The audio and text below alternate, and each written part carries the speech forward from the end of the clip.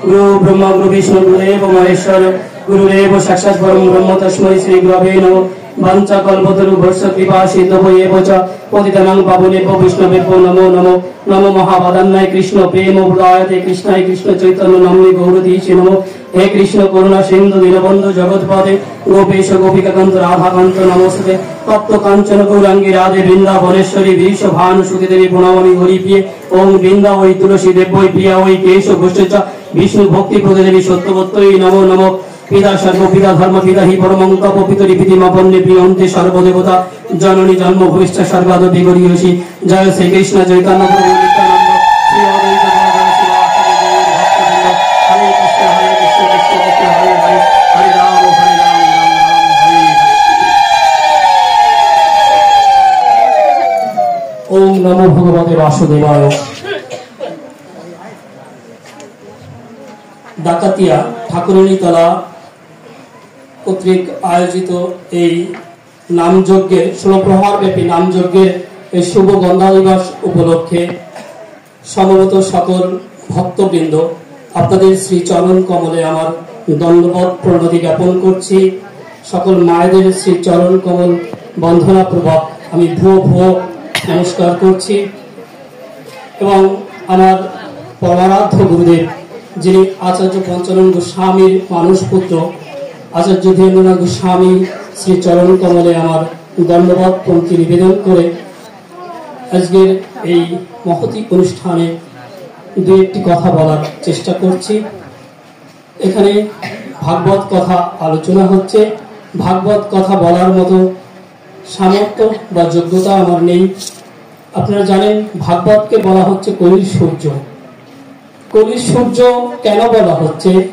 কারণ সূর্য পূর্ব দিগন্তে নিয়মিত ওঠে এবং পশ্চিম দিগন্তে অস্ত যায়, যেটা 4 যুগ থেকেই চলে আসছে। সৃষ্টির শুরু থেকেই সূর্য উদিত হয় এবং অস্ত যায়। তাহলে কেন আবার এই ভাগবত সূর্যের প্রয়োজন? সূর্য যেমন উদিত হলে সকল অন্ধকার দূরীভূত হয়, তেমনি এই কলি যুগে আমরা পাপ পঙ্কিলতায় এত বেশি আবদ্ধ যে আমাদের হৃদয়টা সর্বদা অন্ধকারে আচ্ছন্ন। তো এখানে যদি ভাগবত সূর্য উদিত হয় তাহলে আমাদের সকল অন্ধকার দূরীভূত হয়ে আমাদের হৃদয়টা পরিষ্কার হয় তথা আলোয় আলোকিত হয়। কারণ চৈতন্য চরিতামৃত বলছে কৃষ্ণ সূর্য সম মায়া হয় অন্ধকার, যাহা কৃষ্ণ তাহা নয় মায়ার অধিকার। তাই আমাদের এই মায়ার অর্থাৎ অন্ধকার থেকে বেরোতে গেলে আমাদেরকে সেই পরমেশ্বর ভগবান তথা চৈতন্য সত্তা যেটা আমাদের শ্রীকৃষ্ণ তত্ত্বকে জানতে হবে। কারণ সেই তত্ত্ব একমাত্রই আমাদের জ্ঞেয়, আর কিছুই আমাদের জানার বিষয় নয়। কারণ আমরা যদি সেই পরম তত্ত্ব না জানতে পারি তাহলে আমরা সত্যি অজ্ঞান বা অজ্ঞানতার আচ্ছন্নে ভূলুণ্ঠিত। আমরা সনাতন ধর্মাবলম্বী এবং এই সনাতন ধর্মের 4টি স্তম্ভ আছে। সেটা হচ্ছে সত্য, সরলতা, প্রেম এবং পবিত্রতা। সত্য, সরলতা, প্রেম, পবিত্রতা, এই 4টি স্তম্ভের উপর দাঁড়িয়ে আছে আমাদের এই সনাতন ধর্ম। তো এই 4টি স্তম্ভ ছাড়া কারণকে দেখেন সত্য। সত্য কেন বলা হচ্ছে? সত্যই পরম ধীমহি। এই সত্যই হচ্ছে আমাদের ধ্যান। সত্যকে ধ্যান করতে হবে, বাকি আর যা কিছু আছে সব কিন্তু মিথ্যা। সত্যটা কি? সত্য হচ্ছে একমাত্র সেই পরম তত্ত্ব, অর্থাৎ পরমেশ্বর ভগবানকে যদি আমরা জানতে পারি, মানি এবং বিশ্বাস আনতে পারি, সেটাই হচ্ছে সত্য। জগতে আর যা কিছু আছে সবকিছুই হচ্ছে মিথ্যা। এই যে আমরা সংসার করছি, সংসারে আমার স্ত্রী পুত্র পরিজন পিতা পুত্র সবকিছু আছে, বাট এর সবই কিন্তু মিথ্যা। কারণ দেখেন আমরা ওই যে নাটক দেখি না, বা যাত্রার মঞ্চে আমরা যাত্রা দেখি, অনেকে রাজা সাজে, তারপরে দেখা যাচ্ছে কেউ প্রজা সাজে, কিন্তু যে রাজা সাজে দেখা গেল তার ঘরে কিন্তু মানে সেই রাজার পাঠ করে সকালে যখন বাড়ি যায় সকালে মানে তার খাওয়ার মতো ভাত নেই। তা ঠিক তেমনি আমরা এখানে এসেছি। আমি এই প্রসঙ্গে আমি ছোট্ট একটা গল্প বলবো। এটা হচ্ছে সুকুমার রায়ের 1 বছরের জন্য রাজা। এই গল্পটা আপনারা হয়তো অনেকেই পড়েছেন। দেখেন একটা দেশে এমন একটা জায়গা যেখানে প্রতি বছরে রাজা পরিবর্তন হয়। তো সেইখানে একবার একজন বয়স্ক লোক সেইখানে পৌঁছিয়েছে, যে কোনো ভাবে পৌঁছালে ঠিক ওই দিনই ছিল তাদের রাজা পরিবর্তনের দিন। তারা তাকে সবাই ওই মানে রাজ্যের দেখছে মন্ত্রী, তারপরে যারা সৈন্য সবাই মিলে এসে তাকে ধরে বলছে, আপনি আমাদের রাজা, আপনি সিংহাসনে বসুন, আজ থেকে আমরা আপনার আজ্ঞাবহ দাস। লোকটা শুনে অবাক, যে আমি কিছু জানি না, বুঝি না, আমি এখানে রাজা, এইটা তো আসলে মানে কেমন একটা হলো। কিন্তু লোকটা ছিল বিচক্ষণ, তার অনেক বুদ্ধি, সেই কারণে সে ওইখানে যে বিজ্ঞ, যাকে তার সবচেয়ে বেশি বয়স্ক এবং বিজ্ঞ মনে হয়েছে, সে সেই লোকটাকে ডেকে বলছে কি, আচ্ছা বিষয়টা কি আপনি আমাকে একটু খুলে বলুন তো, এই যে আপনারা আমাকে রাজার সিংহাসনে বসিয়েছেন, আসলে কি আমার কি কোনো বিপদ সামনে?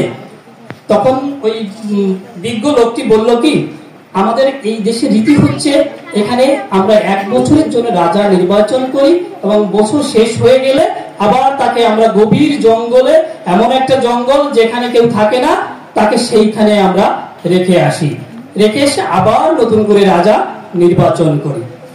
তো এই কথা যখন বললো, তখন ওই লোকটা তখন বললো, আমি আজকে যা বলবো আপনারা কি সব শুনবেন? আজ নয়, আজ থেকে 1 বছর পর্যন্ত আপনি যা বলবেন আমরা সেই কথা শুনতে বাধ্য।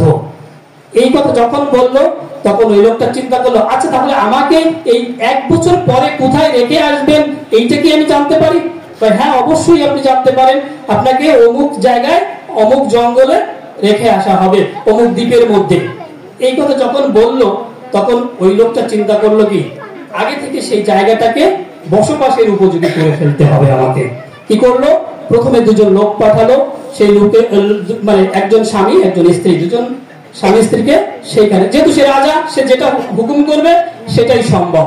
তো সেইভাবে যে সেইখানে একজন স্বামী স্ত্রীকে পাঠালো, তাদের খাওয়া পড়া বা বিভিন্ন বসবাসের জন্য যা কিছু প্রয়োজন সব কিছু দেওয়া হলো। কি হলো, সেখানে তাদের সন্তান হলো, সন্তান হয়ে ঠিক এই 1 বছরে ওই যে আরো অনেক কিছু তারা তৈরি করে ফেললো এবং বসবাসের জন্য তারা মোটামুটি মানে সুন্দর একটা পরিবেশ করলো। তা এই যখন 1 বছর শেষ হয়ে গেল, ঠিক এই লোকটাকে ওইখানে নির্বাসন দেওয়া হলো। কিন্তু দেখেন, এই যে 1 বছর পরে যখন সে ওখানে নির্বাসিত হলো, সেখানে কি হলো, তার আগে থেকে সে সেই জায়গাটা একটা সুন্দর পরিবেশ পেয়েছে, সেখানে সে এখন যে সে বসবাস করছে, তার কি একটা সামাজিক অবস্থাও তৈরি হয়েছে, কারণ আগে থেকে সেখানে আরো লোকজন সে পাঠিয়ে সেখানে বসবাসের উপযোগী করেছে। ঠিক আমরাও দেখেন এই পৃথিবীতে এসেছি 1 বছরের জন্য, মানে 1 বছর এটাও আমরা ঠিক বলতে পারি না। আমরা ভাগবতে ওই যে সেই পরীক্ষিত মহারাজের গল্প শুনি না, 7 দিবস পরে তার তক্ষক দংশনে মৃত্যু হবে, এই যে আমরা এটা ভাগবতের কথা শ্রবণ করি। ঠিক মনে করেন আজ থেকে 1 বছর নয়, যে কোনো সময় আমাদের মৃত্যু হবে। মৃত্যুর পরে আমরা কোথায় যাব, এইটা কি আমরা কেউ জানি? আমরা কি কেউ জানি যে মৃত্যুর পরে আমরা কোথায় যাব? আমরা আমাদের গন্তব্য কোথায়, সেই বিষয়টা কিন্তু আমাদের জানতে হবে। কারণ কি দেখেন, মানব জীবনে 3টি জিনিস দুর্লভ, মানে মানে 3টি জিনিস অত্যন্ত দুর্লভ।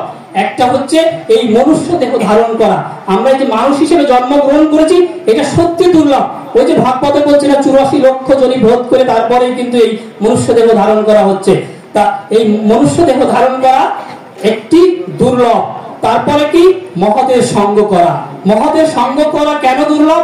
ওই যে সাধুর দর্শনে যায় মনের ময়লা, পরশে হয় প্রেম তরঙ্গ।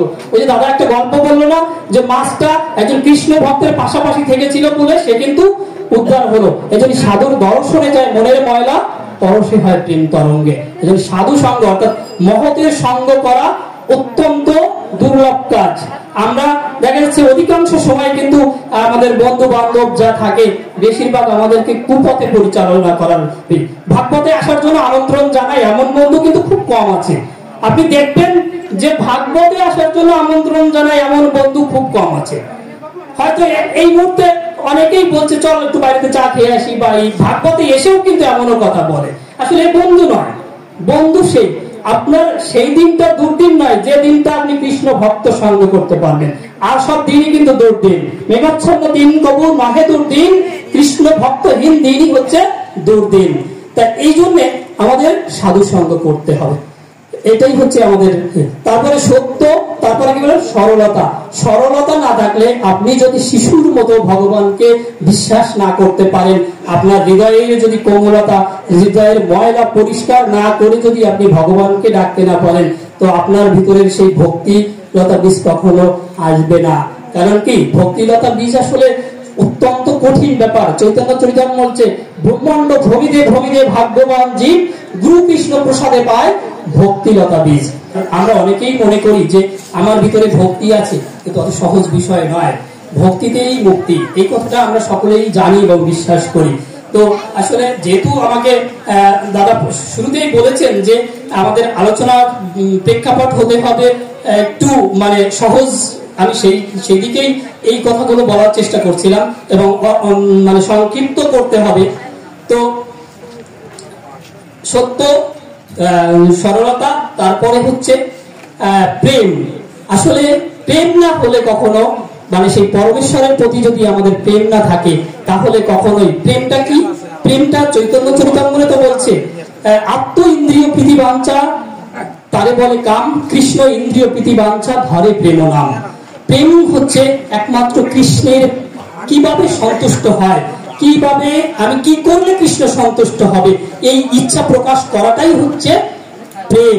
তা আমার সবকিছু আমার মানে ওই যে বললাম যে ছাড়ি অনাচার করো কৃষ্ণের সংসার।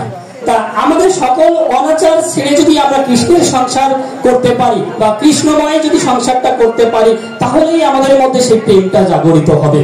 তা সত্য, সরলতা, প্রেম আর পবিত্রতা। পবিত্রতা কেন প্রয়োজন? একটা বিষয় হচ্ছে কি, আমাদের এই হৃদয়টাকে যদি আমরা মন্দির না করতে পারি, তাহলে পরমেশ্বর কখনো আমাদের এই হৃদয়ে বসবাস করবেন না। তো এই জন্য আমাদের পবিত্রতার প্রয়োজন আছে। তো পবিত্রতা যদি আমরা অর্জন না করতে পারবো, আমাদের মধ্যে যদি পবিত্রতা না আসে, তাহলে কিন্তু সেই পরমেশ্বরকে বা আমাদের হৃদয় মন্দিরে কখনো ভগবানের স্থান হবে না। আর আলোচনা দীর্ঘায়িত করবো না, সংক্ষিপ্ত করবো, এত বেশি হয়ে যাচ্ছে।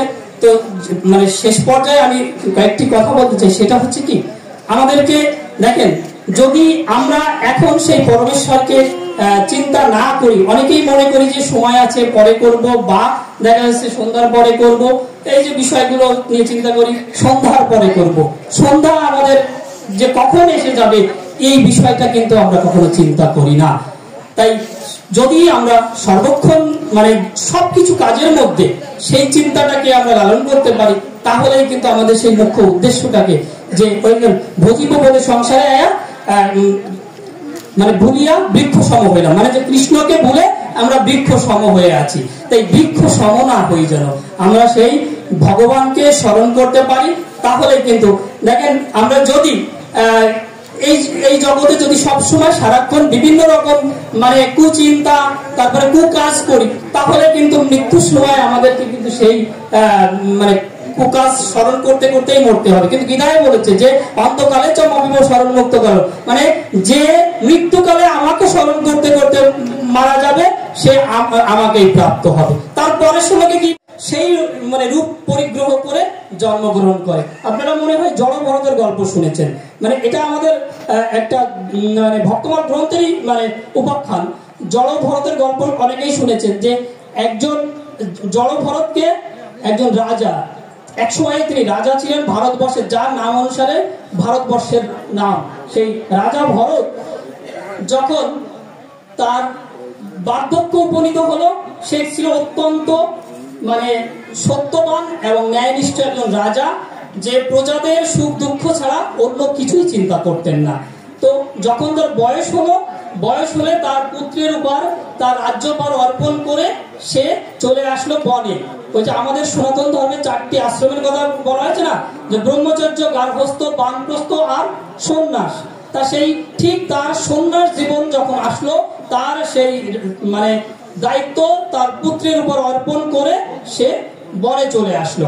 বনে আসার পরে কি হলো, সেই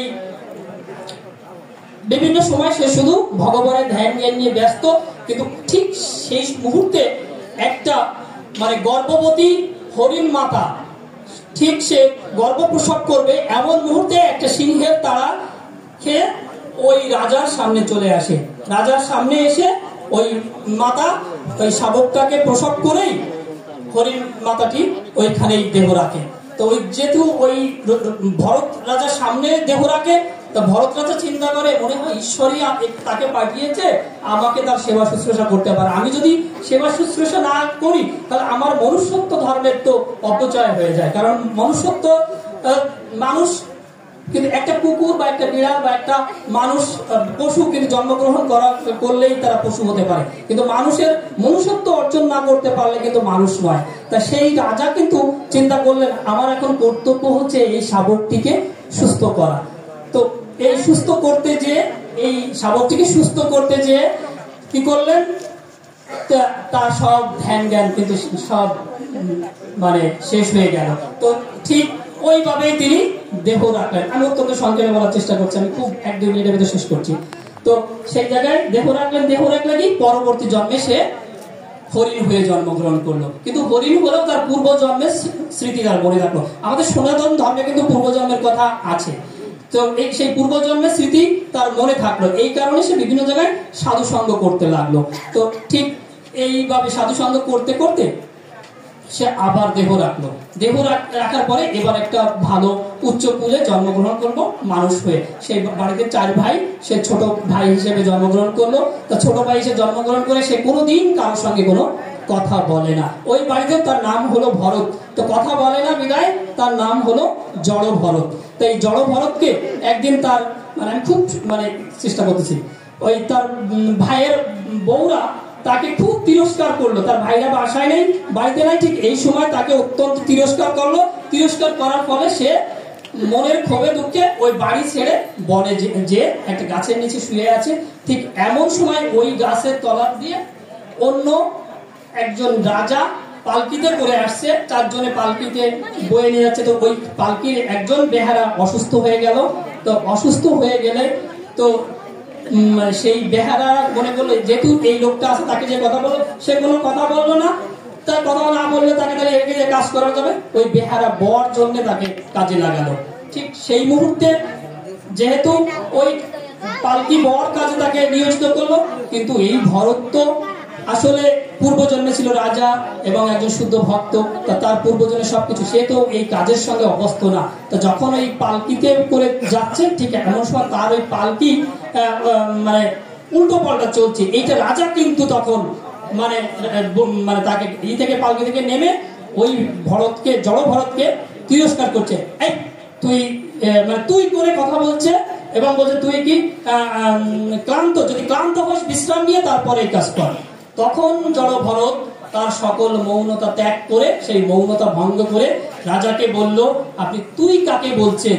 তুই কি আমার এই শরীরের যে মাংস পিণ্ড এটাকে বলছেন? তো যদি এই মাংস পিণ্ডটাকে বলেন, এই মাংস পিণ্ডটা হচ্ছে পঞ্চভূতে তৈরি, যেটা আমার আছে আপনারও আছে। তাহলে আপনাদের আমাদের কোনো পার্থক্য নাই। আর আপনি যদি আমার মনকে বলেন তাহলে তো এইটা তো সেই একম এবং দ্বিতীয়ম, এইটার কোনো, এটা আপনার মধ্যে যা আমার মধ্যে সেই যে মন বুদ্ধি অহংকার আত্মা, সেটা সেই পরমেশ্বরের একটা অংশ।